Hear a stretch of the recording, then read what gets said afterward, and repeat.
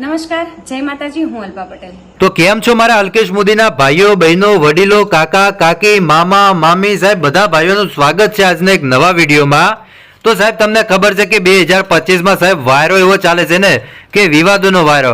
આ બાજુ કીર્તિ પટેલનો વિવાદ ને પેલી બાજુ દેવાયત ગવડ ને બ્રિજદાન ગઢવીનો વિવાદ ને પેલી બાજુ ખજૂરભાઈ ને કીર્તિનો વિવાદ ને ખજૂરભાઈ અને કીર્તિનો વિવાદ ને આ બાજુ સાહેબ તમે જુઓ તો દેવાયત ખવડ અને કીર્તિબેન પટેલનો વિવાદ ને કાજલબેન મહેરિયા અને સાગર પટેલનો વિવાદ.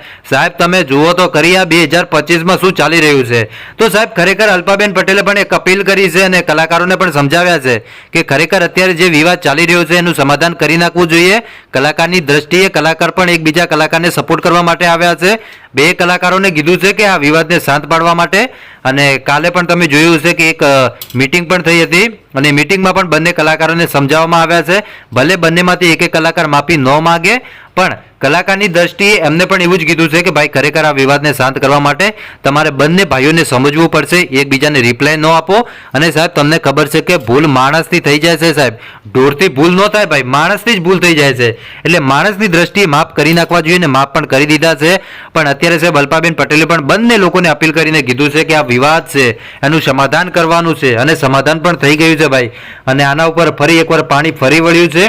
બસ આજ માટે મારા ભાઈઓ આટલું રાખીએ છીએ. ને તમને શું લાગે છે ખરેખર આ સમાધાન કર્યું એને લઈને તમે શું કહેશો? હું તો ભાઈ ખૂબ એટલે ખૂબ વધારે ખુશ છું, કેમ કે સાહેબ કલાકાર બનવું કોઈ નાની વસ્તુ નથી. કેટલી બધી મહેનત કરીને સાહેબ કલાકાર બનાતું હોય છે એ ખરેખર એ કલાકાર જ જાણતો હોય છે કે કેટલી મુશ્કેલી પડતી હોય છે. તો ખરેખર મિત્રો દિલથી આપણે બંને કલાકારને સેલ્યુટ કરીએ છીએ. ભૂલ ગમે એનાથી થઈ જતી હોય છે પણ માફ કરી નાખવી જોઈએ. અને દેવાયત ખબર પણ તમને ખબર હશે કે રાણો રાણાની રીતે છે તો બ્રિજદાન ગઢવી પણ રાણો રાણાની રીતે છે.